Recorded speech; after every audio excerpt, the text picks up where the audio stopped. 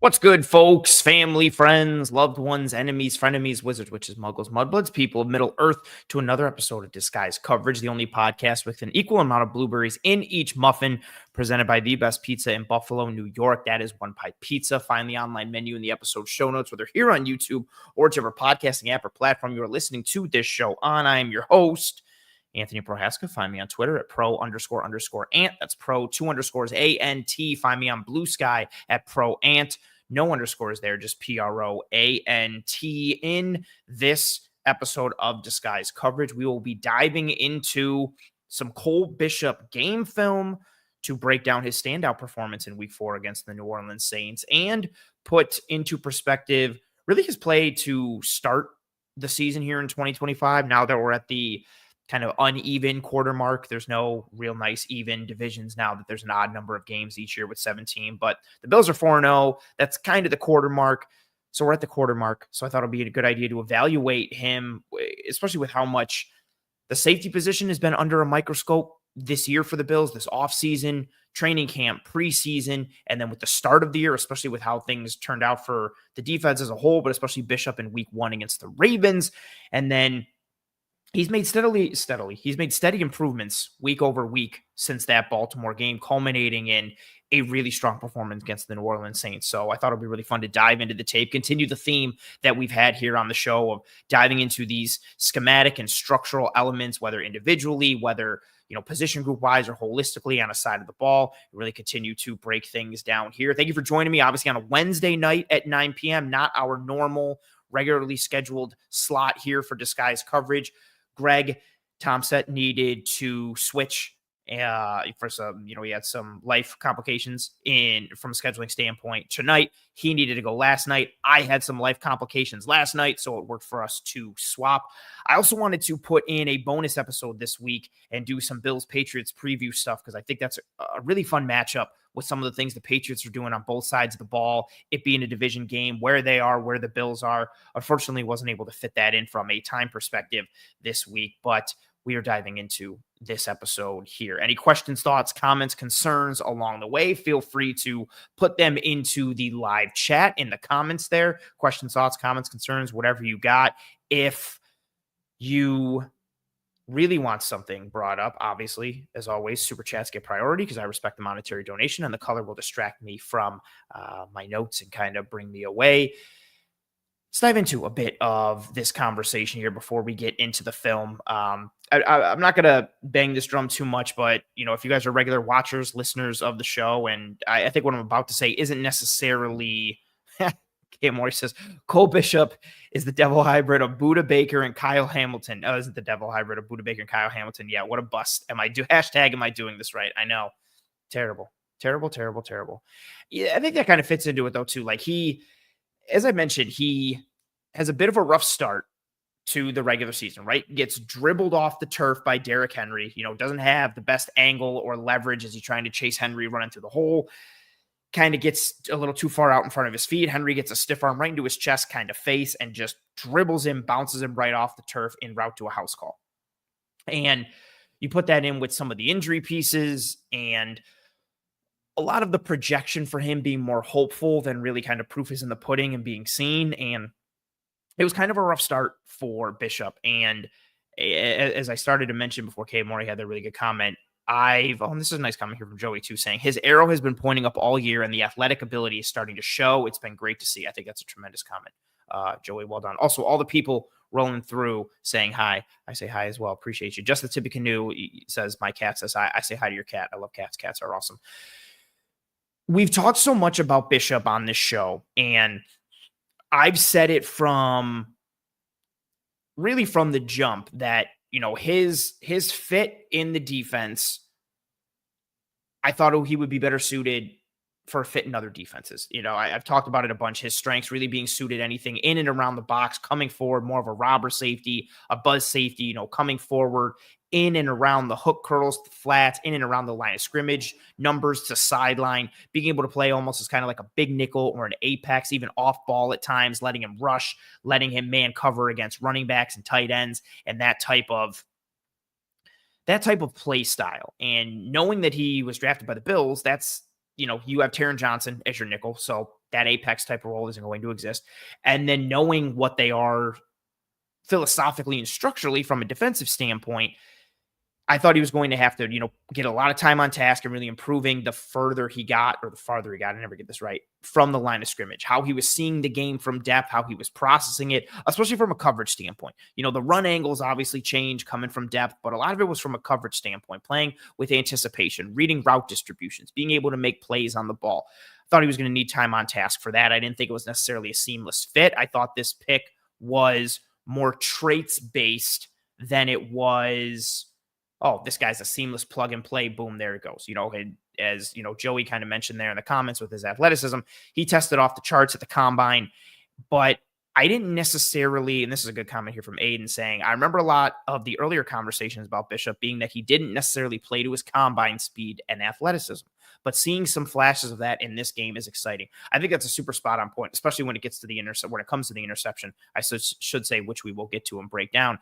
Yeah. And I've been, a person who has said that. I was very surprised to see him test at the level that he tested at the combine after watching his tape at Utah, after seeing him in person at the Senior Bowl. I just didn't think this was like a 4.45 40 type of guy, 76th percentile, 10-yard split, good vert, good broad. I didn't see him as this explosive athlete and, this really great combination of size and speed. But again, he tested off the charts. Kudos to him. Well done. But seeing him progress each week, you're starting to see more of the athleticism start to take hold and show up. And I think that's tied to some of the confidence that he's playing with, some of the decisiveness that he's playing with, which we're also going to talk about here in this episode. I also think some of the chippiness and like the nastiness that he's playing with. There's just a different type of movement to him. You can tell there's more confidence. You're seeing pre-snap communication. And as always, as I've said on the show, as a lot of people always say, like, it doesn't matter how fast you are physically. It does to a degree. But if you can't play fast mentally, you can't play fast physically. And I don't think he was a guy who was necessarily holistically comfortable. He had some mental errors last year and even in this offseason. But with each passing week, the more time on task that he gets, the more plays that he makes, you can see that confidence start to build. You can see more decisiveness in his actions. You can see proper processing. You can see where his eyes are going and then where they go to next. And it's like, okay, that makes sense. And even if things end up not great for him, if the result isn't great, the process is getting more sound by the week. It's not like, well, why would you go from A to C? Why would you not go to B? He's now going A to B and then getting to C. Now it's just a matter of, can you get from A to B a little quicker? Can you get from B to C a little quicker? Can you get a little bit better with your angles and tie that into depth and route distribution recognition and how to play everything all together? But he is tying more of the physical ability in, and I think that's tied to playing more confidently mentally and being better from a processing standpoint and being better with his eyes. And we're starting to see that athleticism start to take place. And it's something that's really needed, I think, for this defense in general. Benford is a nice combination of size and speed and athleticism and frame, but he's not some athletic marvel or some speed demon. Taylor Rapp is not an athletic marvel or a speed demon. Trey White is a technician more so than he is an athletic marvel, which he's never been. And he's also coming off of multiple significant lower body injuries, so knock that down even more so.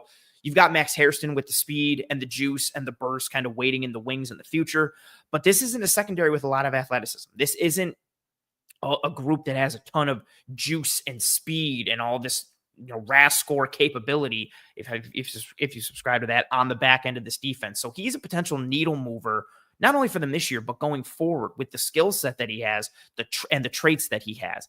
And I still think pairing him with more of a ball hawk type of safety is ideal.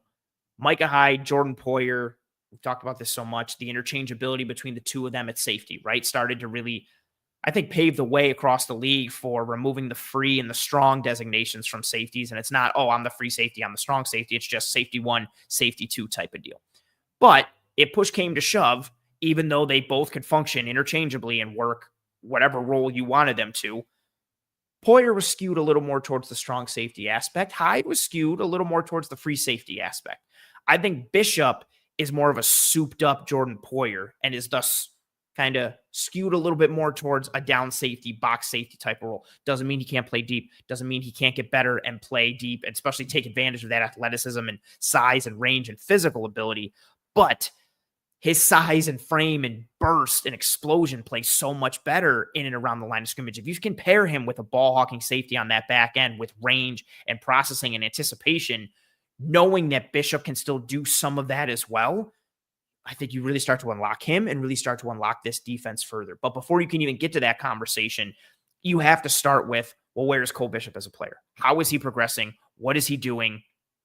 And how is he executing with what is asked of him now? Before you can even consider who are you going to pair him with? Is he even the guy to pair with in the future? We came into this season, and I think it was a legitimate question for some of whether or not Cole Bishop was the guy, or if he was like, oh man, that's kind of a wasted pick in the second round right now. And if he didn't progress this year, what does that mean for the future? Especially with how Taylor Rapp is kind of looking this year and how he's looked a bit last year. It's nice to see where Bishop is at now, the progress that he's making, how he's starting to tie in the mental and the physical, and how the mental is allowing him to play faster and take advantage of that athleticism. It's extremely, extremely encouraging, especially because we're only, again, a quarter of the way in. We're 4 games into 2025. If this upwards trajectory that he's on now and this week over week steady improvement increases, imagine what he could be by week 8 and week 12 and week 16 and by the playoffs and so on and so forth. And then you kind of, where does it stop from there? What does that ceiling still look like going into year 3 or potentially going into year 4, especially if he can stay healthy and continue to get more time on task? So really encouraged by his play this year and what they've asked of him, especially because they have also asked him to play deep in split high looks, single high looks as that post safety, watching him, seeing him again, little by little, every single week, getting a bit better, getting a bit more confident, executing. It's been really, really encouraging to see from Mr. Cole Bishop. So very happy with that. Let's dive into some of the comments, and then we will dive into the tape. RJ says, do the Bills have the worst third and long defense of all time? It seems like if it is 3rd and 7 or more, it's automatically the other team. I feel so much better with 3rd and 2 versus 3rd and 14. Yeah, we talked about this ad nauseum last year and even starting into this year. Their struggles on third down in general exist, but they were one of the worst teams on third down across a multitude of metrics in 2024. And they were even worse on 3rd and long, 3rd and 7 or plus, arguably probably the worst defense on third down and, on 3rd and long, and even can make the case on third down in general. Just a disconnect between pass rush and coverage, guys on the outside playing too soft. And so when you finally do get pressure, it doesn't matter because there's quick options that are available and the quarterback takes advantage of it. Rush not getting home, pressure not being generated, but then, with the not getting home part, pressure being generated, quarterbacks not getting brought down, rush lane integrity lacking, just gaps in coverage and blown assignments. It's really just been a multitude of things that have been a struggle for them on third down, going back to last year. And it's continued to a degree this year. I'm hoping you get Milano back, you get Ed Oliver back, you get Michael Hoyt, you get Larry Ogunjobi. I'm hoping, as the depth of their front increases, you can maybe get some success on third downs. And again, but I do think the back end piece needs to improve, from a marriage of, the marriage between rush and coverage. There's just guys open underneath at times still, and the hook curls and the flats. They had a nice blitz, and it's the one where Rattler completed it to the tight end. It's third down, and the Bills blitz. There's man behind it, and Trey is just sitting at the 6, so it's like 3rd and 7, and he's expecting Rattler to throw it underneath quickly because of the pressure, and he jumps it, gets his hand on it, almost rips it away from the tight end, and ends up being a completion, but because Trey White's right there, it's a tackle. It's a third down. They get the stop. They need more of that instead of Trey playing soft and the ball being completed underneath him. That's happened to Benford multiple times too. It happened to him in the Miami game. It happened to him in this game against the Saints, specifically on that one Olave one where the Bills heated him up a bit quickly, heated up Rattler quickly, I should say, and he hit it on the out to Olave, and Olave just didn't get his head around in time. He had to catch it like past his face, bobbled it a bit, was incomplete. It just seems like so much they're either not getting pressure and quarterbacks have plenty of time to throw, or there's gaps in their coverage and guys are wide open, or they do get pressure, but it's a quick throw. There's a quick answer for the QB. It's telegraphed and they got it. There's just still, I think, a disconnect. I think the third down defense is still a work in progress. Hopefully, as guys come back healthy and as this defense continues to play together, they can get better. But they have a lot of cleaning up to do on the defensive side of the ball, even from a run fit standpoint. Gap integrity has been poor. You got multiple guys in the same gap. A lot of it has been the rookies. TJ Sanders, it happened to him. Deion Walker, it happens to him a bunch. But they're just kind of getting caught in ways that they need to clean up from a significant standpoint. David says, where do the Bills rank in missed tackles? Oh, that is a good question. I have not looked that up this year so far, but I'm going to guess and venture a guess that it's probably not great, and it's been an issue that's kind of plagued them the past several weeks, but that's a good question. I'll look that up and have this for the next episode or something on social if you want to get at me there. Kent says the Bills will draft a safety next year when Rapp is in his final year, probably with different traits than Bishop. I'm interested to see that pairing. Again, if Bishop solidifies himself, cool. What do you pair him with? Who do you pair him with? Do you pair him with another Bishop and you just go with pure traits and athleticism, or do you lean into more of the skill set and think about the complementary football aspect?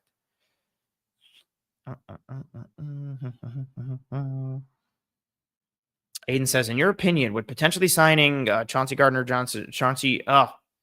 Gardner-Johnson, I do this all the time. I try to go with the full name, and I'm just going to go with the initials. In your opinion, would potentially signing CJGJ help be a more beneficial pairing, or are the character concerns / fit too much of a distractor? I think the character concerns are a bit of a no-go. Him kind of running himself out from the outside looking in, it looks like he's run himself out of 3 teams at this point and 3 different scenarios. I wanted him a couple years ago, just with his skill set. I thought he would fit really well. I thought the juice that he brought, his ability to kind of man cover in the slot, the tenacity, the physicality, the violence, but I don't know. I don't think the Bills' culture is suspect. I think they could absorb someone like that and kind of smooth over the rough edges and could assimilate him into the culture. I just don't know if the juice is worth the squeeze there. And then with his skill set, I don't think it's necessarily the ideal pairing with Bishop. So I don't love that option. I did a couple years ago. If Rapp wasn't here, if there was a different skill set in the safety room, I do think he brings coverage aspects to him, but it's less deep and range coverage aspects and more come forward, drop the hammer, apex, big nickel, blitz, more of a physical downhill type of presence. And I think they need more of a back end range ball hawk type of presence. From an athleticism and juice standpoint, I would take him over Rapp. I would rather have a Bishop and, Chauncey Gardner Jr. pairing, but I still don't think it's like great in terms of complementary. And then again, what's going on between the years with him? I don't know. It's crazy. Charles says, I think the Bills need a better marriage of pass rush and coverage between injuries, suspensions, and new players. It just hasn't looked connected. I think that is very, very well said. What else do we got? John Roberts says, Cole has only started 8 games. He gets better with more reps. If he can stay healthy and continue to stack and continue to get more time on task, I don't want to say sky's the limit, but I mean, the traits are awesome. If they can tap into that, they've been so good at getting a lot of blood from the stone when it comes to guys in the secondary, and he's got a lot of blood in that stone. JG says, I wonder, do the Bills ask their D-line to maintain rush lane integrity as a priority? I almost hope not, because they never seem to do it. I think it's more of just they opt for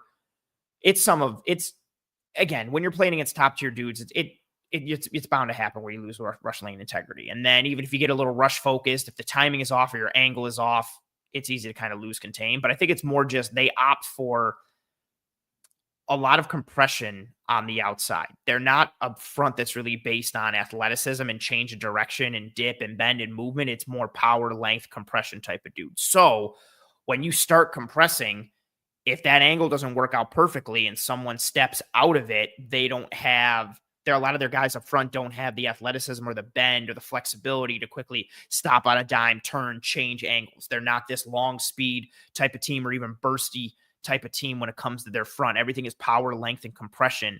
And that puts even more emphasis on your angles and your rush lanes and getting quarterbacks off their spot, or getting to the quarterback spot, I should say. And if you're off in the slightest, it just makes it that much harder, because you're not really built to kind of deal with the mobility that comes from losing that integrity, or having to change direction, or having to quickly pivot from where you are and move somewhere else and kind of do something about it. But it is what it is.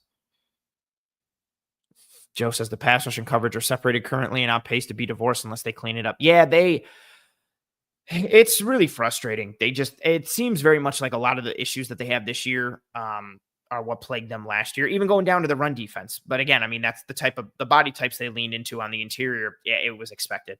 It seems very much like they've just leaned into what they did last year, just leaned into it harder. There have been some wrinkles, some 5-man pressure stuff, some simulateds, and some creeper stuff that's been effective.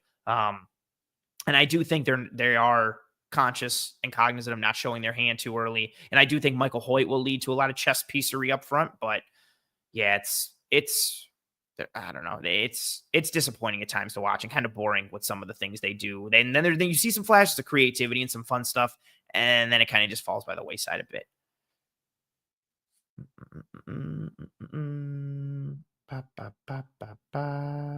What else? Ralph says, with this last game being Bishop's 8th professional start, I think the kid is doing fine so far. Yeah, I think a lot of people kind of wrote him off early, which I don't want to say is understandable, but not understandable from a logistic standpoint, but understandable, I think, because of how reactionary people are at times. And some of the stuff he had, like some of the struggles he had, were ugly. I think that's a fair kind of thing to think about and recognize. But yeah, I think there was a lot of, as people are wont to do, a lot of overreaction when it comes to Cole Bishop. I wanted to go back to David's comment earlier on. David, you followed it up. You said the Bills' missed tackle rate versus Saints was 26%, apparently. I looked it up. There, from a run defense standpoint, where are we here? The Bills' rate of broken tackles plus missed tackles, per rush, they have the 5th highest at 15.4%. So if you wanted to look at it inversely, where, if you're first, you're the best, meaning you have the least amount of missed tackles and broken tackles, they're 28th in the league. They have a 15.4% broken tackle and missed tackle rate, which is very much not good. Then also they have the 4th highest yards after contact per attempt at 3.7, which is also, if you guessed it, not good. And then they also have the 5th highest yards before contact per attempt at 1.59. So if you're adding all those things together, guys are getting blown off the ball. Guys are gaining about 1.5 yards before they even get touched. And then they're gaining about 3.7 yards after they get touched. Granted, that can be scored differently. If a defender just gets a hand on somebody, that can count as contact to a greater. But yeah, 15.4% broken tackle and missed tackle rate on the year, which puts them at, again, what did I say? 28th. So not great. The only teams that are lower than them are the Jets, Texans, Saints, and Giants. Wanted to get back to that comment. Good question about that earlier. What else? Oh, JG says, is Bosa losing the edge as often as it looks? Is that not his responsibility? Is Bosa losing the edge as often as it looks? Yes. Is that not his responsibility? Yes, it is. He's taken some risks, kind of putting himself out of position. Also, I think some of it is schematic, like not being prepared for the Saints, knowing that they were going to run QB counter bash, not being prepared for it, and kind of, being unprepared and kind of shocked that they ran it. And then they ran it again, and Bosa adjusted, but his angle wasn't right, and Kamara made a play. But a lot of it is just losing contain from an individual standpoint. You have to execute better individually. And then I think some of it, a little bit, is game planning and preparation. Kent says, Deion Walker doesn't always keep his gap, but he's the most exciting D lineman since Oliver. Not perfect, but fun. Yeah, I think he's been fun. The flashes are good. I think the positives are really exciting and really encouraging. I think a lot of people are glossing over the negatives. He's getting blown off the ball a bunch, almost as equally as he's making splash plays, especially versus double teams. He's getting knocked like 2, 3, 4, 5 yards down, or up and taking the wrong gap at times, which again, I think he can correct some of that. I do think the areas of opportunity in his game are being glossed over because it's like, oh, look at this big dude make these fun plays. Cool. But for me, he is ahead of schedule with where I thought he'd be right now. And I am pleasantly encouraged by what he's done. Can we get a 5-second Trey Amos rant? I refuse to speak on Trey Amos, but he's looked good for Washington. Shout out to him. I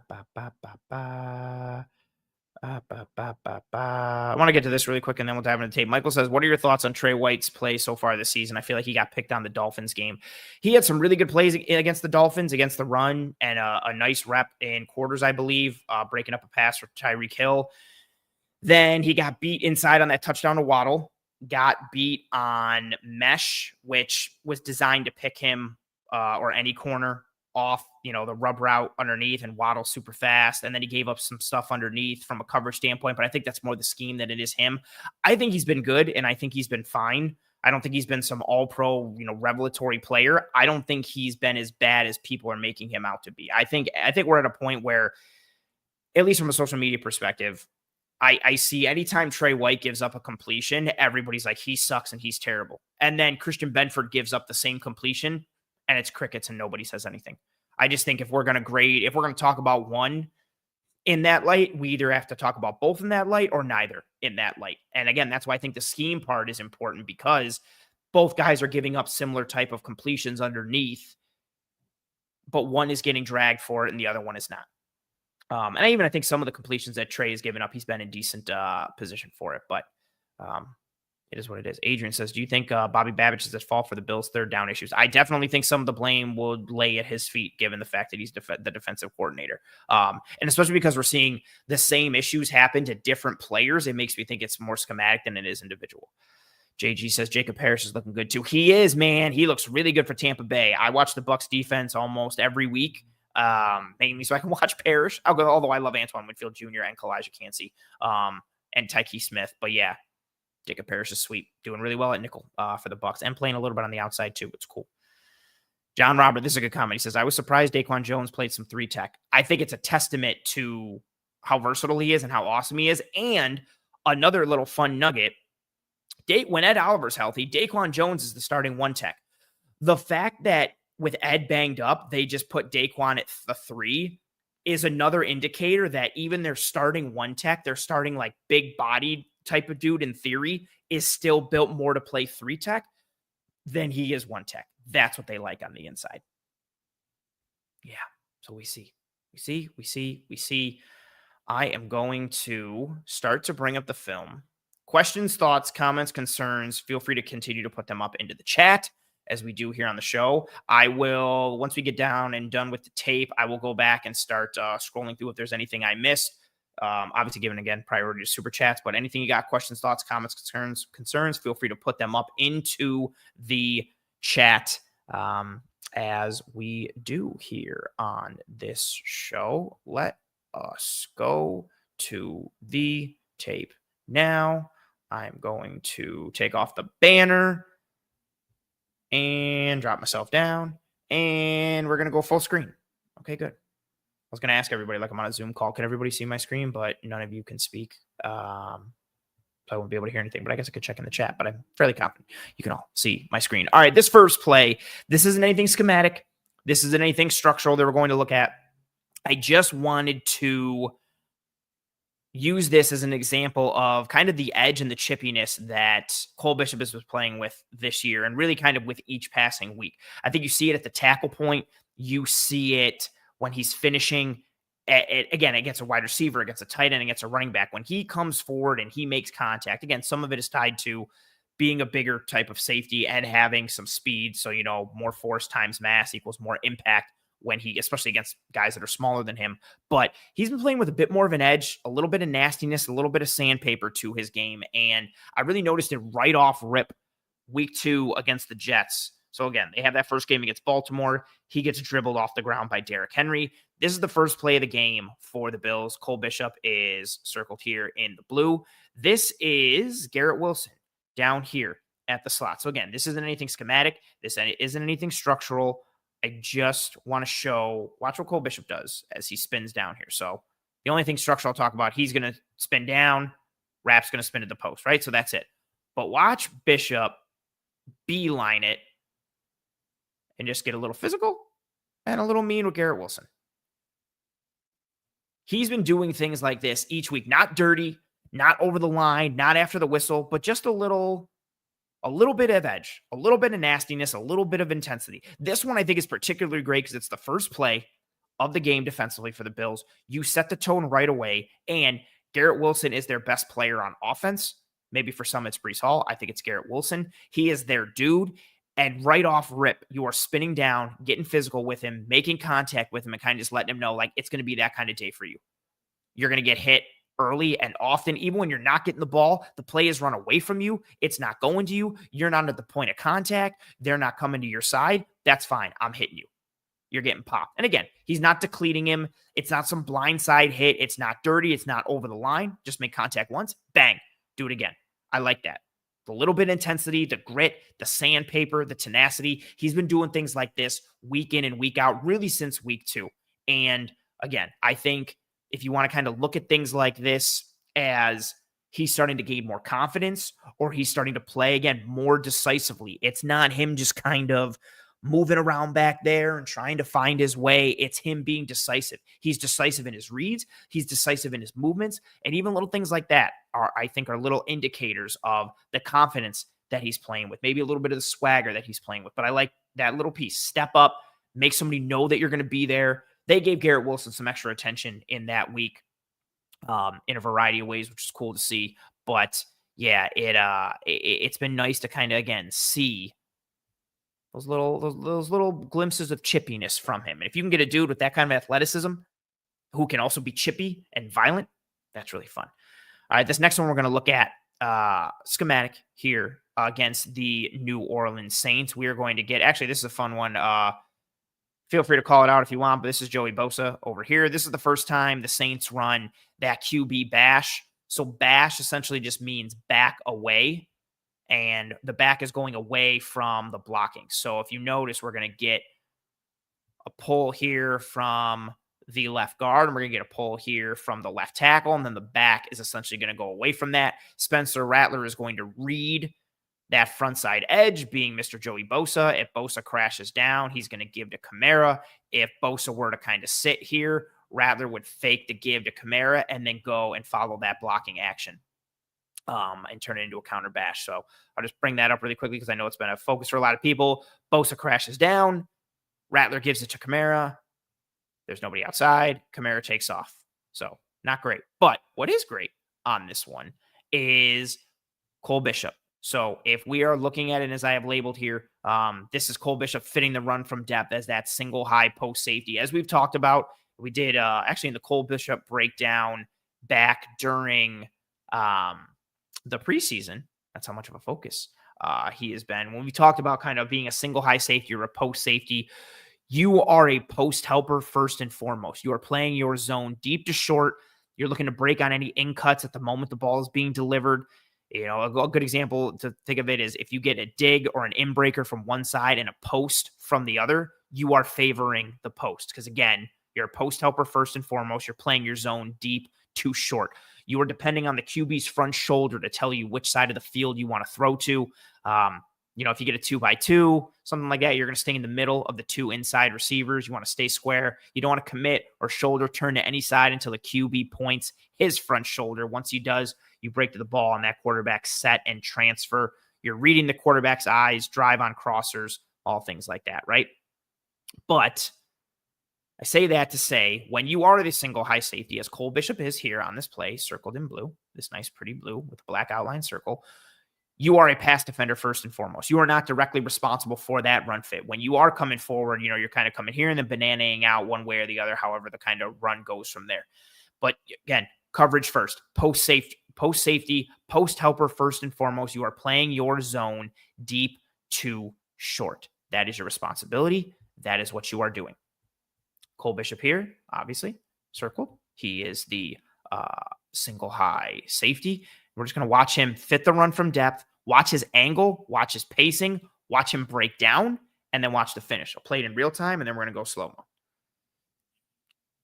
Look at urgency, but collect it and bang. Just chops Kamara right down. Read it, see it. Benford does a good job outside of not letting Kamara get outside and up the sideline. He kind of funnels this and forces this back inside to his help, which is everybody coming from the interior of the field. But even getting the sense of how quickly Bishop closes this down. That's a lot of space, and he closes it down quickly and makes a good tackle. Okay, so now let's watch in slow-mo. So here's Bishop. Okay, eyes are in the backfield. Again, you're a post helper first and foremost. You're playing your zone deep to short. He can see at this point, okay, there's the mesh action. Where's the ball? He's sliding with it. Kamara's got the ball. Okay, let's get forward.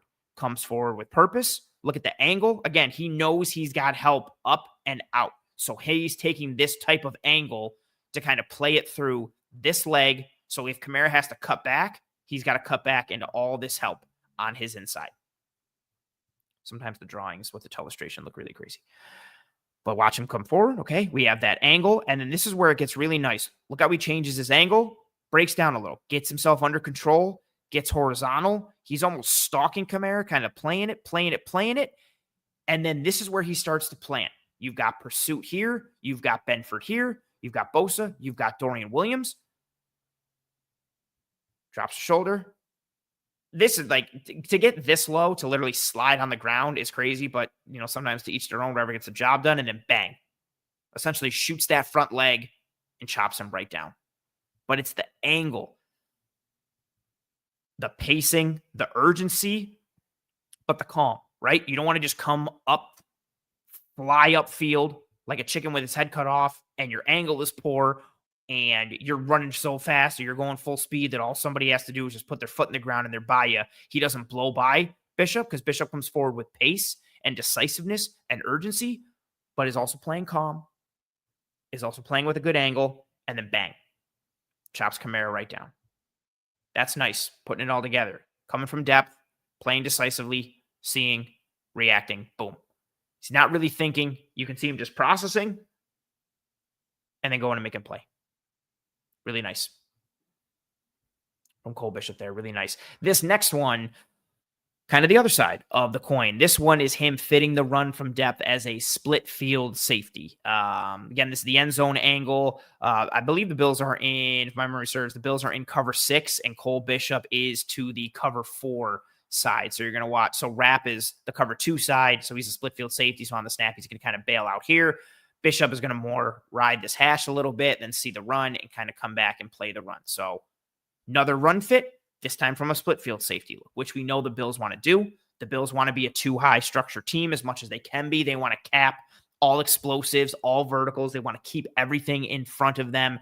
And when you do that, your safeties at some point are going to have to fit the run, right? Especially if you're pairing it with something like this here where 1, 2, 3, 4, 5, 6, you got a 6-man box. So if somebody gets through, you are that next man up, depending on what you're doing with the nickel. You know, if he's in the run fit, if your boundary safety is in the run fit, depending on what you're doing here. But we get this 2-high structure, and this is going to end up coming Cole Bishop's way. Also, notice the communication from Bishop. He's doing this a lot. You'll see a lot of little hand signals here and there. This one happens fast as we get the motion across. We get the jet from Olave. So now Taron Johnson has been pulled into the box. Taron Johnson is now part of this run fit. We're going to get, this is a kind of small little aside. This is Deion Walker. Watch Deion Walker just get displaced by the left guard in the center. Boom, kind of knocked out a bit. And then, so he gets knocked out, walled off. TJ Sanders, this man right here, for whatever reason, I don't know why, decides that instead of working across the face of Talise Fuaga and fitting into his gap here with Bernard fitting here, Sanders decides he's going to play this gap, which is what Javon Solomon does. And that, so Sanders playing here, Walker getting bounced, and then Ruiz climbing to Bernard creates this nice little crease in here. So I X that out there because it shouldn't be there, but it is. Here comes this nice little crease. Look at the little runway we get here because we've got 2 guys in the same gap, and then everybody here is sealed off, especially from the interior and the spine. So here comes Kendre Miller, number 5, 220 pounds, coming downhill, full head of steam. Let's get our eyes to Cole Bishop now, right? So the front has been compromised. Running back is through the line. Okay, Bishop is playing his pass responsibilities, getting eyes to the receiver outside. Checks back inside. What do we got here? Okay, I see some run action. Let me diagnose. It's a run. Bang. Plant. Let's come forward. What do we get again? Good angle, calm, collected, but also urgent. He comes forward. Sanders helps get a piece on Kendre Miller. Look at the position Bishop is in. Solid base. Eyes are up. He's coming forward. He's playing this. He's waiting for Kendre Miller to make the move. Gets close enough. We're going to get a little chest on knee. This knee is into this chest. Cuts the legs out right from under him. You can see the impact that he brings when he comes forward. Again, Bishop is listed at 107 pounds. Kendre Miller is listed at 220. So he's a dude who can get downhill. And Bishop just makes contact for him, or with him, I should say, and just chops him right down. That's nice. That's nice. Boom. Again, that's a sound tackle. It's not great with what happens up front, right? I'm not going to drag anybody up front more than I already have. Explain that. I want to focus more on Bishop, but sometimes things happen. Your front gets gashed. They get gashed here, which is not good. I think it's going to continue to happen to them up front, which means the safeties on the back end from a single high and a split field perspective are going to have to come up and make tackles like these. That's a really nice sound tackle from Cole Bishop. Watch it all together in slow-mo now. Plant, come forward, angle, break, chop, boom. Plant him right in the dirt. That's nice. Again, your safety is your quote-unquote safety. That is your safety net with what you got there. And so Bishop, again, nice little 207-pound safety coming downhill, making a tackle on a 220-pound running back. You're giving up 13 pounds. That's nice. I also think it's funny, not too funny, but Walker and Sanders end up, for whatever reason, just falling on each other here. And it's just very like, this whole mass of humanity here just amuses me. Yeah, it's just, poor Sanders, man. One more time in real time, and then we'll move on to the next play. Again, you see, and again, to go over the coverage piece like we talked about, let's watch Rap. Rap just drops out. So he's out. He becomes a coverage first player as the split field safety to the boundary side. Taron Johnson's in the fit. There's the crease. Come up. Boom. Stick. Nice. That's important, right? Especially in a game like this where we saw a multitude of missed tackles, where we saw the Saints breaking tackles, the Bills missing tackles. I think Bishop's success coming forward and kind of capping some of these bigger runs, where if he doesn't make that tackle, it becomes a potential house call. There's an opportunity for you to get 5 more yards, maybe 10 more yards, kind of seeing whatever you can get there. But him being able to kind of, again, play top down, come up and make a hit from a split field look and a single high look is nice. It's nice. It's nice. It's nice. All right. This is another run fit. This one against the Miami Dolphins in week 3. Again, we get another kind of some issues up front with the run defense. Deion Walker, man right here, not to single him out. I'm just talking about within the scope of the play. Deion Walker ends up in the wrong gap, but Cole Bishop is able to come up and clean it up. We also have, again, another tackle coming downhill against a running back coming downhill. This is Ollie Gordon. He's listed at 225 pounds. Let's see. What is he? 6'2", 225 pounds is what Mr. Ollie Gordon is listed at. I think they mentioned that like a bunch of times on the broadcast. Kirk Herbstreit said it a bunch, but we'll watch what happens here. If you care, here's Deion Walker, right? Notice what gap he is playing into. He should be playing more towards here. Instead, he plays here. So what happens? Here's Dorian Williams. Here's Deion Walker. You have 2 guys in the same gap. That's very much less than ideal. Here they both are. Bernard gets met. Here's your crease. Here comes Ollie Gordon. And here comes Cole Bishop downhill to meet it. Again, he reads it. He triggers. This is a big back. Loses his footing a little bit, but this is a big back coming downhill. This is collision on collision. Boom. Gets low. Little helmet to helmet. That's not going to feel good, but he sticks him. Picks that ankle. Gordon falls forward for about a yard, but that's a nice sound tackle from Cole Bishop. Again, you're fitting it from single high, low red zone. You got to come up. You got to make that stop. Any yard that you give up or any extra steps could potentially lead to an easy touchdown, especially when you're in the low red zone there around the 5-yard line. Played in real time. Boom. Chop him down, pick the ankle. And again, you're giving up about 18 pounds. And that running back is coming downhill with a full head of steam. You're coming forward with pace and urgency, but you're also breaking down because you don't want to fly by. You don't want to take the wrong angle and deliver a glancing blow instead of a full shot with some good contact. So you got to come forward. You got to bring your feet. But you become a little bit of the nail as opposed to the running back being the hammer there. But Bishop makes a good stick. Boom. Nice from him there. One more time in slow-mo for the folks who want it really frame by frame here. And then we'll move on to the next play. There's the crease. Wrong gaps. Or some multiple guys in the same gap, I should say, losing integrity. There's Bishop. Oh, helmet on helmet. But he stuns him a bit. Doesn't let go. Makes a nice tackle. Shout out to Cole Bishop again on that one. This one, I think everyone's probably favorite play of Bishop's this year. This is that interception against the New Orleans Saints. Eric and I talked about it a bunch in the film room. I know a lot of people talked about it on social, even to the point that I debated not including it in this episode. But some people might not watch the film room. Some people might not have social media, so wanted to include it here in this episode. Plus, it's awesome, so it's fun to talk about. The big thing here with this one is just the eyes and the processing and the athleticism from Bishop on this play. The sideline angle gives you a sense of how quickly he closes down on this and how much ground he covers. And then the play that he makes, it gives you that nice wide angle shot. But the end zone angle is the one that I think does a really good job of showing his eyes and his processing and how he got to the spot to make the play. The interception is what is going to sell the tickets, right? You see the jump, you see the one-handed catch. Wow, what a play. It's a takeaway. All of these things that are splashy. But he's able to make that play. Again, what we talked about earlier, the mental being able to allow that physical to start to come out in him. It's his processing that allows him to get to that spot, to use his athleticism and make a play on the ball here. So watch it here from the sideline angle. I'll play it in real time, and then we'll go in slow-mo. Play it in real time so you can see the sense of the ground he covers. Crazy. And then the wherewithal to get up and stay in bounds and get more yards upfield. One more time here.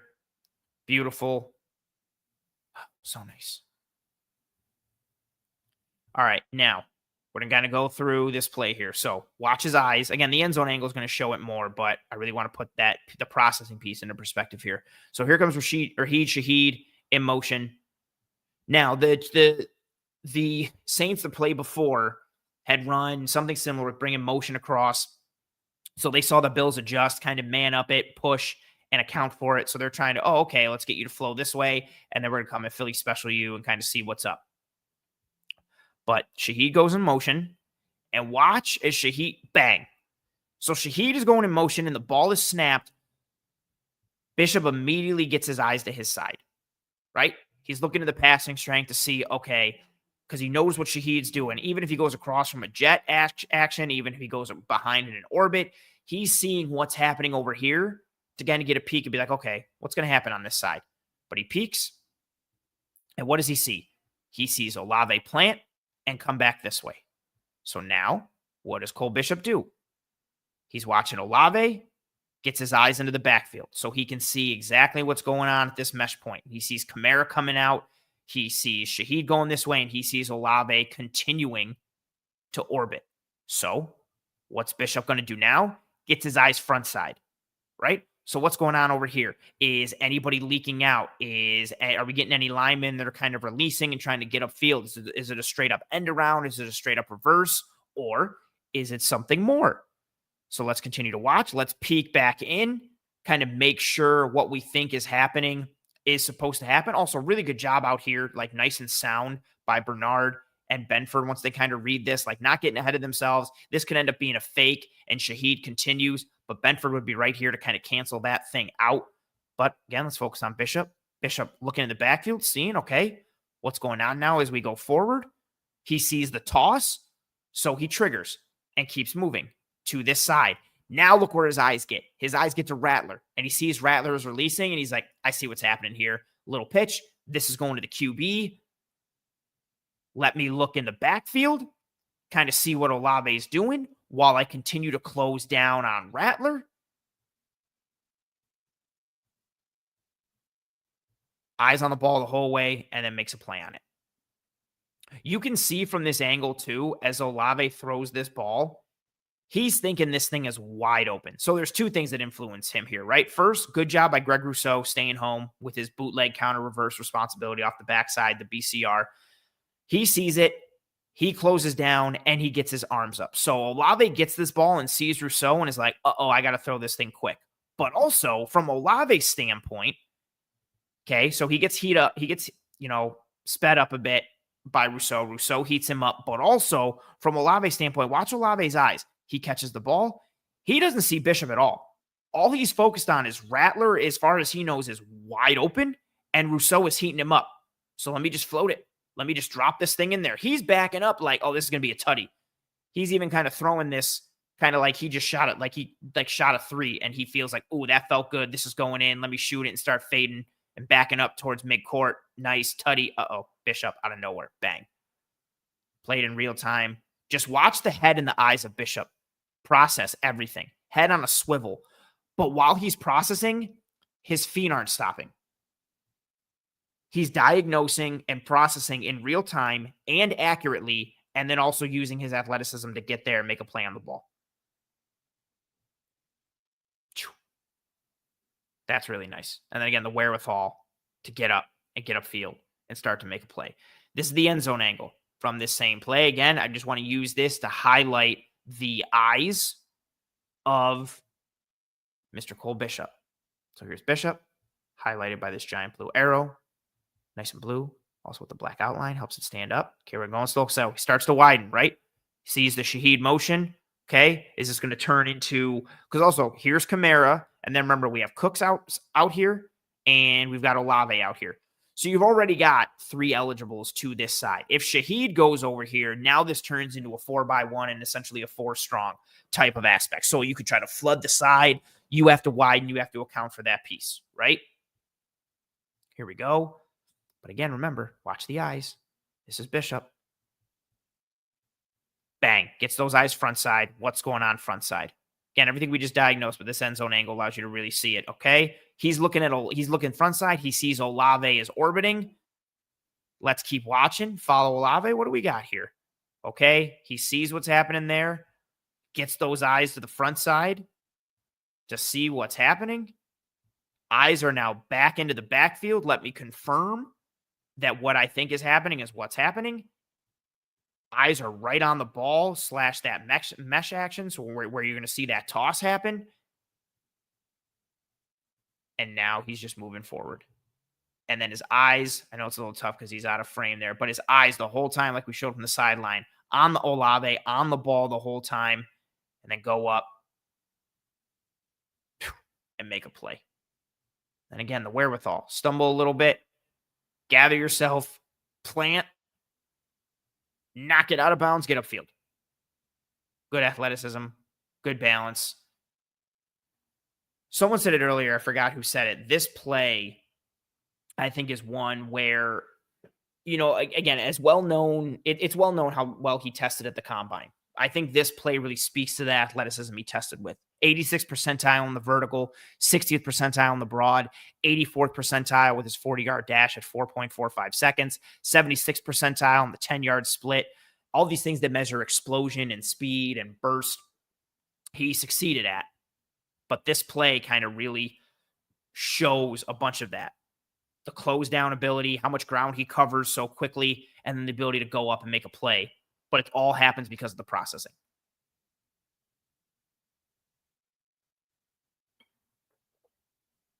Really nice. Really nice. See him just sniffing it all out, processing it, reading it, bang, going up and getting it. That's a really good play. And again, shout out to, we talked about it from the end zone angle, but Watch Greg Rousseau here as the edge player because he does influence this. He sees Shaheed go that way. He could have been lazy or not assignment sound and just been like, okay, cool. Let me keep crashing down. This ball is going to Shaheed.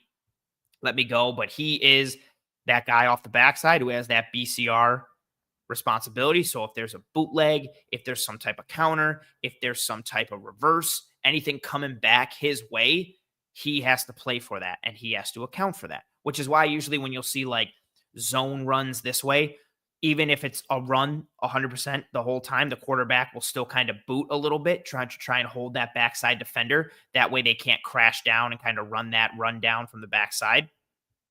And Rousseau's been good at this since he was a rookie. So watch him just see and diagnose. Doesn't crash down. He slow plays it. Bang. He sees that toss. Now he's able to slam on the brakes. And he helps heat this thing up. Again, the length kind of playing a little bit. Arms up.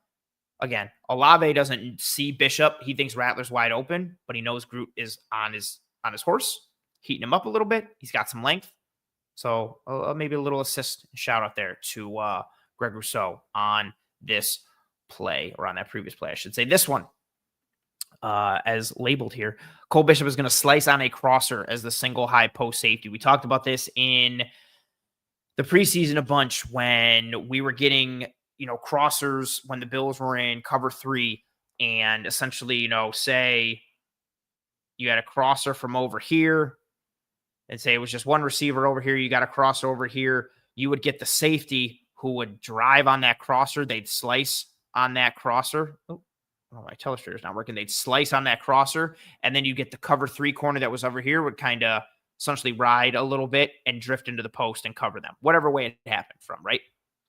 But what a lot of single high teams do, especially the Bills, if they get, if you get a vertical out here, you get a vertical from a guy out here, and then you get a crosser like they do in this instance. It's not going to be from Cooks, but it's going to be from Olave. If you get that crosser from the interior, this single high safety, he can slice on that. He essentially meaning he's going to drive on that crosser. And that's what we're going to get from Cole Bishop here. He's going to slice on the crosser as that single high post safety.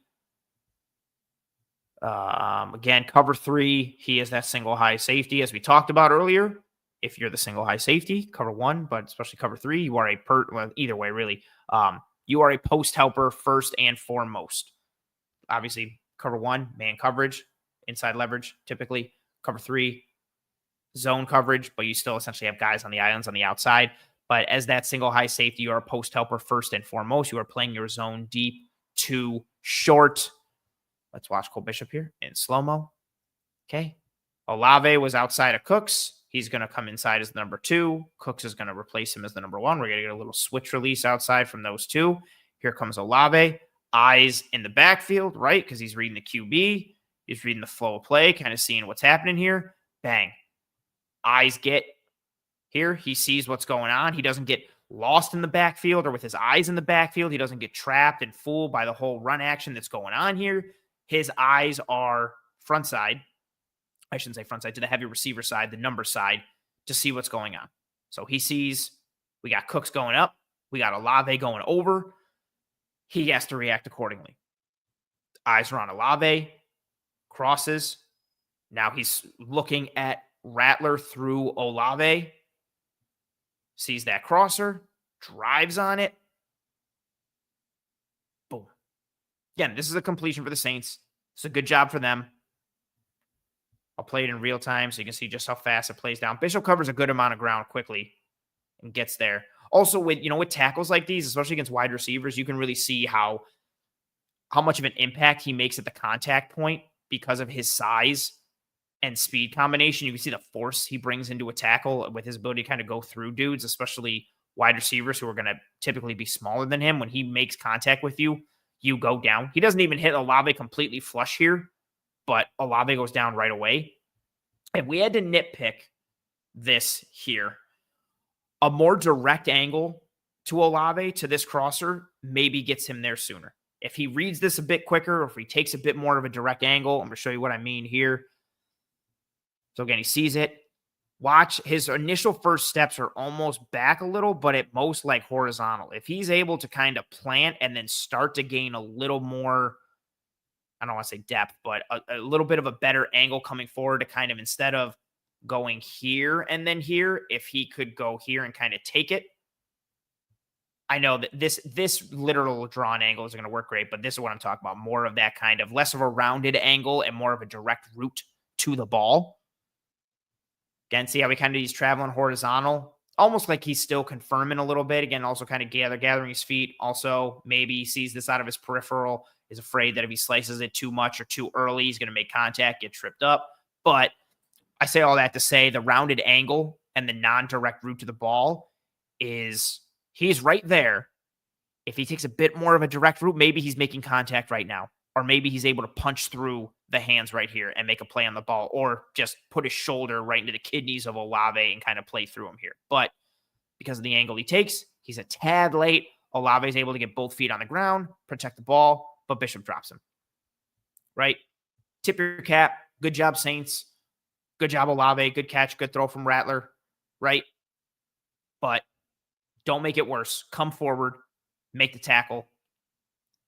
So while I do think he could improve in this area, right? The angle to the ball and him seeing it and recognizing it, he's still improving in that area. He could get better here, but this is an improvement versus where he was. But this is still an area where, again, he could improve. Angles to the football, seeing it, processing it, recognizing it, acting on it, reacting on it. But again, these are things, the more time on task he gets in these type of roles, in practice, in games, that ability to see, okay, I know the crosser's coming. Whether it's something he studied on tape, I don't know what his film study habits are, but maybe it's either something he sees on tape or it's him feeling it and having the instinct, kind of feeling it out and being like, okay, this is what's coming.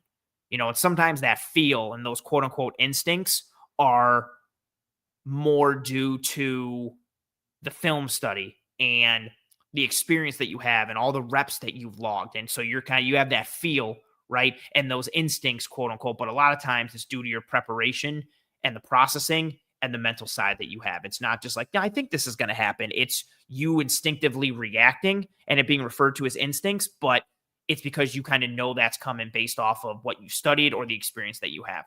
So if he could read this a little faster or take a more direct route to the ball, again, he can afford to read things a little bit late at times because he has some speed and closing ability, but you can't read it. If you're going to read it a little late, your angle has to be sound. And if you're off in both, it's going to lead to more completions happening in front of you.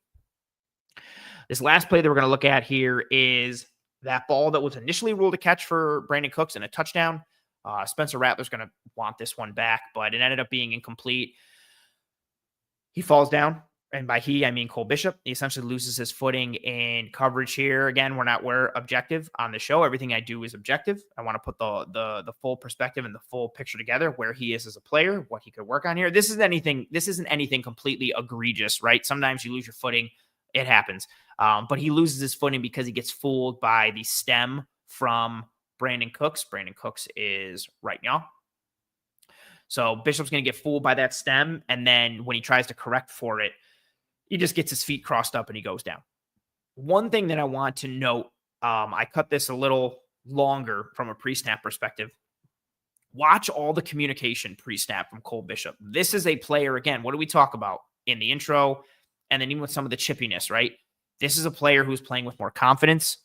He is playing with more oomph physically and mentally. He is relaying signals with regularity in this defense with each passing week, but he's also kind of starting some of the communication, giving the checks, becoming more vocal, becoming more cerebral as a player. Notice all the pre-snap communication here. Again, this is a player who's gotten comfortable and confident in this defense. So Bishop is right here, is highlighted by the big blue arrow. You're getting motion here, essentially. Well, not motion, like a shift and a reset there from Cooks, but watch Bishop call that out. There's Cooks. Look at him point to it, communicate. He's giving direction.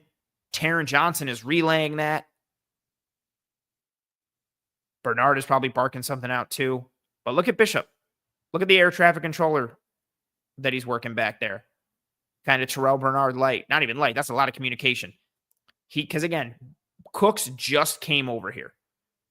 So that's why Bishop, if we go slow-mo, points it out. And then let's give the check. Benford hears it. Let's watch Benford. Let's watch everything happen. Benford's got eyes back here. Oh, why are you being foolish with the telestration? Benford's got eyes back there on Cole Bishop. This is 3rd and 13 for reference. 3rd and 13 from the Bills' 17-yard line. Also for RJ and for anyone playing at home, if this would have been completed, it would have been a 3rd and long conversion and something that you would have wanted to kind of pull your hair out with. And I say you as in the general sense, not RJ you particular, but this kind of falls into your 3rd and long struggles. So again, there's the communication. Benford hears it up top, starts to back up. Taryn hears Bernard, looks back at Cole. Cole tells him what's up. They acknowledge. Taryn acknowledges with Benford.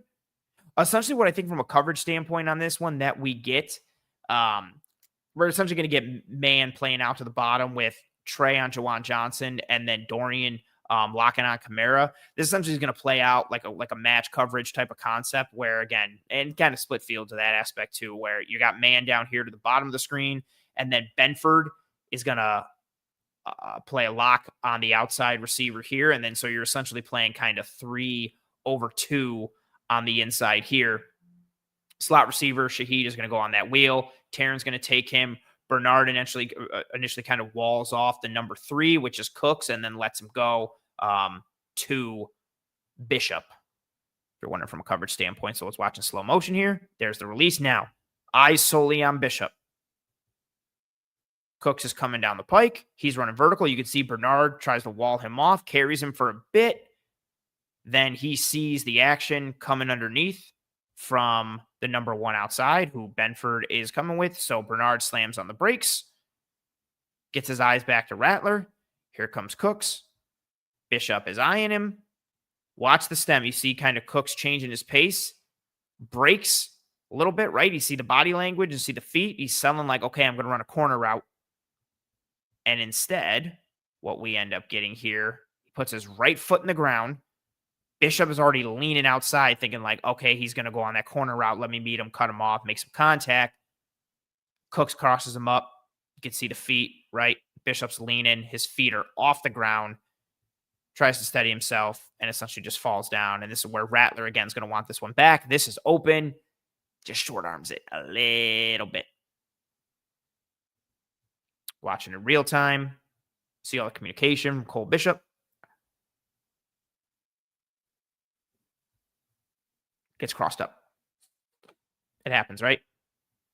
Sometimes you lose your footing. Gets fooled. Again, this isn't egregious. Just kind of putting it into perspective. This is where he is. You got fooled. You got beat. Brandon Cooks still has some ability. I actually completely forgot that Brandon Cooks was back on the Saints until I watched their tape last week.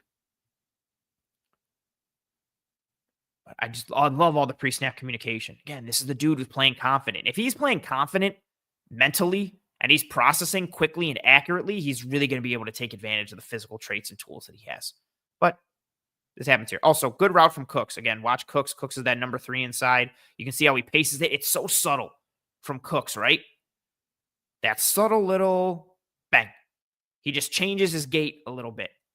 Changes his footwork, and you think, uh-oh, there goes the corner, and he just crosses him up. That's really well done from Cooks. That's a veteran receiver, dude who's been in the league. He's been successful with multiple teams. This is a veteran-savvy type of receiver. Puts a good move on Bishop. He gets got, loses his feet. The timing, too, from Cooks is awesome. You tip your cap. He makes this move and catches. Bishop tries to catch his feet midair, and that's essentially why he loses his footing and falls down. Whoop. Yeah, great move by Cooks. And, let's put this back. I do this every week where I can never remember how to get myself back on the screen as I take the film down. I do it every week like a fool. But yeah, it's Cole Bishop film breakdown and early season evaluation. To put a nice bow on it from a conversational perspective, I think he's improved literally each week. Had some rough moments against Baltimore, as did the entire defense in week 1. But I think with each passing week, he has improved. His tackling has become very sound. That, kind of put that in perspective as well. He hasn't missed a tackle the last 3 weeks. The only missed tackle he has is, I'm assuming that the one that was registered against Baltimore is that Derrick Henry one. He hasn't missed a tackle. the last 3 weeks. And he's had like 3 total tackles, 4 total tackles, 5 total tackles. So and again, he's being put, as we showed here, even just the Saints game alone, but the other games previously as well that we've talked about, he's getting like one-on-one opportunities coming from depth. So it's not like, well, he's not getting in position to have to tackle anybody, so he's not having missed tackles. No, he's the safety valve, literally and figuratively, and having to come up and make plays and make tackles from depth, and he is.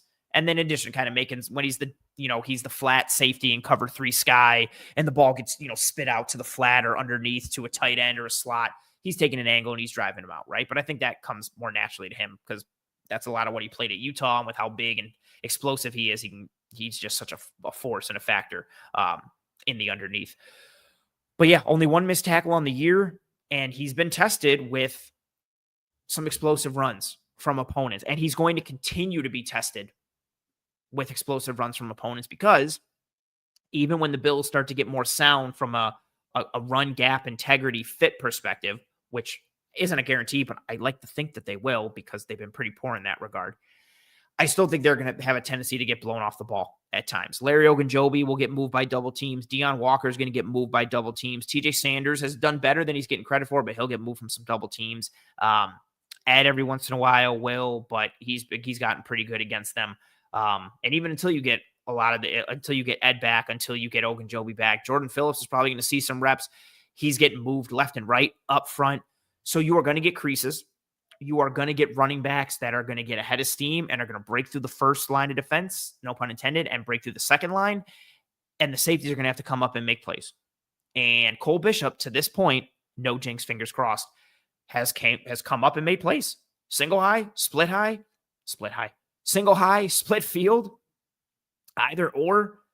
He's reading. He's coming up with purpose and urgency, but also under control and with a good angle, and then coming up and making sound formed up tackles. And again, it also helps that, he's 207 pounds and has some size on him and has some speed to him. So when he comes forward and he hits you. There is force in that tackle and in that impact and at the tackle point. So that's going to continue to be needed. Rapp's going to have to step up that in his game as well. Rapp last year was tremendous fitting the run from depth. He shut the door on a lot of big runs. The one that it happened all year really, but the one that immediately comes to mind is one of the McCaffrey runs in the snow against San Francisco. He breaks through untouched, and Rapp is the only one who has a shot at him, comes up and just buries him in the open field, like 15 yards downfield. But if Rapp misses, it's a touchdown. So Rapp is going to have to improve in that regard, because these type of gashing runs that we're seeing against the Bills defense are going to continue. So Rapp is going to have to be sound. Bishop is going to have to be sound. It could be split field. It could be single high. They're going to have to come up and fit the run and drop guys. It's not going to be enough to just be like, oh, okay, kind of gum them up or impede the runner. You got to come up and you got to drop them. Whether it's in, between the 20s, whether it's in the red zone, the low red zone, the high red zone, it doesn't matter. You got to come up and you got to drop dudes. And Bishop has been very, very, very sound in that regard. I still think he needs to improve and continue to improve from a coverage perspective, which I don't think is a huge negative. I think for me, that's par for the course, right? Again, he is learning to play deeper and farther from the line of scrimmage in single high and split field looks, cover 2, cover 4, cover 6, some match stuff, cover 1, cover 3, everything. Like, he is learning how to play that with regularity and to play that with consistency. So it may seem kind of like small, but the farther you get or the closer you get, it feels different when you're there on the field. How, the speed of the game changes, the angles change, your vantage point changes, your peripheral changes, your direct changes, how you see the game, how you move. It's much different 6 or 7 yards off the ball, in the slot or as a down safety versus 15 to 20 yards deep pre-snap or, on the snap when you're dropping as a single high safety or split field and you're getting over the top. And you got to make sure, okay, I'm the field safety, I'm the boundary safety. This is how many guys there are on my side. Then this is the route distribution. This is the spacing. This is the down and distance. It all changes depending on how far you are from the line of scrimmage and the spot that you're playing in that role. So it's not just, just take him and drop him deep. It'll be fine. It's something he has to learn and get more comfortable with. I think he is still learning. I think he is still getting more comfortable. but he's gaining comfort every single week. He's gaining confidence every single week, which is really, really nice to see. And like I said in the intro, to kind of tie it all together here, he's got some good traits. He's got a fun skill set. But in order to really take advantage of it, he's got to have the mental aptitude to be able to play fast. He's got to process fast so he can play fast. In order to play fast physically, he has to play fast mentally. And he's starting to do that. And that is what's really exciting from a coverage standpoint and from a physical downhill, come forward, make tackle standpoint. So really excited. He had a couple nice plays around the box in this one too. But yeah, very encouraging. Very, very, very encouraging from Cole Bishop. And I say that as a person who was skeptical of his fit in this defense. I am still hopeful, more so than I am sure that he's going to be the guy there for the long term. But this is extremely encouraging to see the process that he's making mentally, to see the processing week over week. And again, in theory, if we're playing it out from this first quarter, I expect him to be even better by week 8 and even better by week 12 and even better by week 16. And you just keep stacking from there, hopefully. No jinx, fingers crossed, no injuries, no anything that kind of makes anything go sideways. I'm going to go back and grab a comment here. Joey saying about Bishop, he's been putting up some nice plays on tape with time on task. I imagine by week 15, he'll be playing mind-free and faster. That would be nice. That would be nice. RJ saying, really hoping to see more from Groot this year. Him and Benford have been really disappointing so far, unfortunately. I don't think Benford's been, for me, Benford hasn't been disappointing, but I don't think he's played to the level he's capable of playing at necessarily. As a run defender, he has. He's played like one of the best run defending corners in the league. But yeah, I think there's some left to be desired coverage pieces, but I think he's been overall, I think he's been fine to solid, but not necessarily the top 10 corner that a lot of people build him as. And then a lot of people yelled at me when I said he wasn't. Groot is playing a little banged up, and I think it's reflected in his performance, but we'll see. I grabbed a bunch of these before. Bob said, I had to stop at Dollar General, and they had a cart in the middle of an aisle filled with Christmas wrapping paper. Off topic, but I needed to vent. I think that's very funny that you needed to vent for that. Also, that is, well, it's October now. I even have the Halloween tree set up, got some Halloween ornaments and some Halloween-themed garland. That is early. I think that's fair. Oh, Luis Enrique Reyes says, how would you rate Bishop's ceiling versus Micah or Poyer? Oh, wow. From a traits perspective, I would say Bishop's ceiling is higher. For as interchangeable as Poyer and Hyde were, neither of them had the size and athleticism combination that Bishop has. So Bishop is 6'2", 202 pounds, with a 1.52 10-yard split, a 4.45 40, a 39-inch vert, and a 122-inch broad. So that 10-yard split, 76th percentile, 84th percentile for the 40, 86th percentile for the vert, 60th percentile for the broad jump. And so again, he can jump. He has explosion. He has juice at 6'2", 206 pounds. Poyer was 6 foot, 191. So Poyer was 2 inches shorter and 15 pounds lighter. And Hyde was 6 foot, 197. So 2 inches shorter and what did I say? And 9 pounds lighter than Bishop. And Hyde was great with his angles. He was a good athlete in his own right. I don't think the testing necessarily reflected how good of an athlete Hyde was, especially as a dude who started out as a solid punt returner with the Packers and as a nickel and safety and all this stuff. But I think with Bishop's size and athleticism profile, the ceiling is higher. Just purely from a physical standpoint. If you can start to get the processing up, you could really start to see them take off a bit. I think it's a good comment from Kent in response to that, saying Bishop is a better athlete than either of those guys, but the game is mental also. Yeah, I think just the size and athleticism profile plays differently. But the mental side's got to get there. Tank Ninja says, how much does the inconsistent play at weak side linebacker and CB2 influence the rest of the secondary? Linebacker a little bit. I think if anything, it would probably impact the calls more so than like the players themselves impacting the plays, if that makes sense. Like more so than Dorian impacting anything or Trey or Dorian Strong impacting anything. It's more so been the calls and what the defense is doing schematically, given the players that they have on the field. But it has a hand in it for sure, especially when you're seeing, Dorian get lost at times. He looks a little hobbled as well.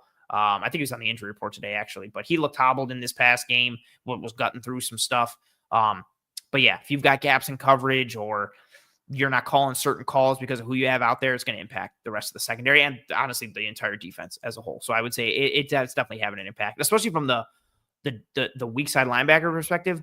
Milano is a really strong communicator. Like him, Bernard, Taron Johnson do a lot for that defense.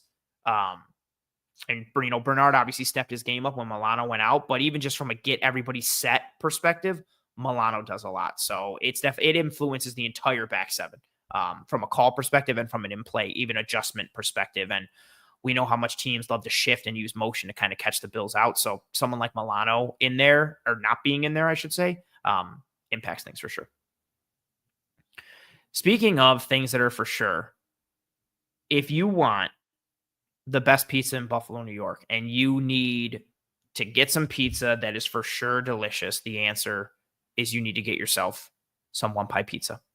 The best pizza in Buffalo, New York. Sweet sauce pie, cup and char pepperoni, a great cheese to sauce ratio. I'm talking when you take a bite, the cheese doesn't come off, or you're not just getting sauce, or you're not just getting cheese, like the cheese, to the dough, to the sauce, to the homemade blue cheese. It's great. They make really good salads. They also have a catering division that's great. Elevated Catering of Buffalo. They make these awesome mac and cheeses, this coconut rice and chicken dish that's amazing. They sincerely make a ton of great food. The online menu for One Pie Pizza and for their catering division can be found in the episode show notes, whether here on YouTube or whichever podcasting app or platform you're listening to this show on. They're really good people making really good food. And I don't just say that or say that they're the best pizza in Buffalo because they sponsor the show. They sponsor the show because they're good people and because their food is phenomenal. And I say they're good people because of all the different things they do for the community and the city at large. I talk about it all the time. The SPC, partnering with the SPCA, the Alzheimer's Foundation, partnering with Roswell to try and knock out cancer. Their yearly Toys for Tots drive, which will be coming up soon for the holiday season. So if you live in Buffalo, get yourself some One Pie Pizza and bring a toy or toys. Usually what the theme is, or the idea is for every toy that you bring, you get a ticket entered in a raffle, and then they have 5 prizes. It's various like autographed memorabilia from Buffalo sports. It might be free pizza. It might be an autographed jersey. It might be tickets to something. They do a lot of really cool sports themed prizes and gifts there. So if giving someone a toy or bringing a toy or donating isn't enough to kind of do it for you, and you want some incentive, you have a chance to win an awesome prize. So get ready for that and treat your taste buds while you're at it. Again, the online menu for One Pie Pizza and for their catering division can be found in the episode show notes, whether here on YouTube or whichever podcasting app or platform you are listening to this show on. I'm going to throw up the banner that says Toodles, folks, because we're going to start to wind down. Grab this question from Joey. Joey says, what grade would you give Babbage through the first quarter of this season? On the one hand, to play devil's advocate, it's a little tough. Hairston, I don't know what role he was going to play, but Hairston gets hurt. Ed Oliver is a very important piece of the defense. He goes down after week 1. No Matt Milano. Hoyt and Ogunjobi are suspended. So a lot of the guys that you would want to hang your hat on to some degree or have changes injected in to the defense with haven't been available. So I don't want to just be completely unfair. I'm going to say a C because of the guys that they've been missing with injury. I think a C is fair. If they were playing the way they're playing and everybody was healthy, I'd probably give it like a C- or even like a D. What's after right below C- or a D+, something like that. But I think a C is fair. C-. The run game concerns are a concern. I think there's still somewhat of a disconnect between rush and coverage. The third down defense has been poor at times. The tackling has kind of been a bit wonky. They're out of sorts from not necessarily from a Jimmy and Joe's perspective, but from an X's and O's and schematic and structural standpoint in a lot of ways. And some of that is due to, again, you've got injuries and you've got suspension, you've got rookies playing more reps, and rookies have growing pains and learnings. But I'll give them a C. And as K.M. Morey says, C's get degrees. Hopefully it gets Super Bowls too. That's very funny.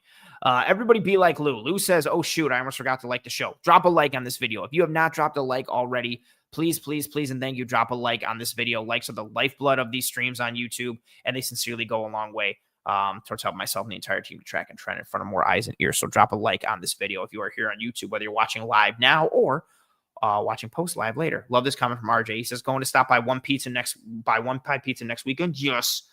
Not sure what I'm going to try next yet. Whatever you get, as you did the last time you got one pie pizza, take a picture, tweet it at me, tag me in it. Let me know what you got and how good it was on a scale of 1 to 10. I appreciate you. Yeah, that'll do it for us here on the show. I mentioned all the stuff for likes. If you're listening to the show on one of the podcasting apps or platforms, that's cool too and very much appreciated. Please, and thank you, rate and review and subscribe to Disguise Coverage on whatever audio platform you're listening to this show on. Whether you are watching the show live, watching it later, listening to it now, listening to it later, whatever have you. Well, I guess listening would only happen now. Whatever, it's late. I'm tired. If you enjoyed this episode, if you enjoyed this content, please, thank you. Tell your family, friends, loved ones about this show, about this episode. If they're Bills fans, if they just like football, if they want to learn more about the game, learn more about the Bills, whatever it is, if you find value in this show or think there's anything that anyone could pull from this show from a value perspective or an entertainment perspective, whatever it is, word of mouth is tremendously appreciated and tremendously helpful. So please tell your family and friends and loved ones, colleagues, acquaintances, whatever, about the show, about this channel, about the brand. If you hated this show or you hate me or you hate this episode or Cole Bishop or whatever, tell your enemies about this and try and ruin their day or night by making them watch this show. I appreciate everybody who stopped by to join me live. I know, again, a bit of a wonky schedule this week, not being on Tuesdays. We will be back to our regularly scheduled Tuesday, 9 p.m. live slot next week. So do not fret. We'll be kind of back in the regular rotation there for that next week, Tuesday, 9 p.m. Eastern next week. And yeah, that'll do it for us here on the show. I hope you folks enjoyed this and continue to enjoy this format. My plan is for, certain games, for rivalry games or division games or bigger games, I am aiming to I'm going to keep this format, but for those, certain weeks, I am aiming to have a guest on as a bonus episode to kind of do the matchup preview show that we used to do regularly for the past several years. This week, I was going to do it with Taylor Kiles, who covers the Pats for CLNS Media. He's awesome. But I was just unable to work it in with my schedule last night, schedule today, and all the busyness and things that I got going on from a positive perspective in life, but just was unable to fit it in. But that is my plan going forward. So you will have weeks where there's 2 episodes of Disguise Coverage. So I hope you folks enjoy that. We will continue this format with these breakdowns and film. Some episodes will have a bunch of advanced metrics depending on what we're talking about. Some of them won't. But yeah, hope you enjoyed this episode. Hope you enjoy this format. We'll be back next Tuesday, 9 p.m. Eastern in our regularly scheduled Disguise Coverage time slot. And until then, I hope you and your family and friends and loved ones are all doing well and staying safe. Be kind to one another. Take care of one another. If you are going to the game this weekend, have fun. Be safe. Enjoy yourself. Again, I will see you when I see you. Godspeed. And as always, and I see some of the nice comments that have come through from myself. I see them. I appreciate them. As you all know, I don't pull that stuff up when I'm solo because I think it's corny, but I see it and it means a lot and I really appreciate it. And thank you again, everybody who joined me live. It's always nice to see a bunch of people in here, the engagement with each other, the questions from myself, the back and forth. It's nice to have that when I'm riding solo. So I appreciate you folks. Godspeed. As always, go Bills.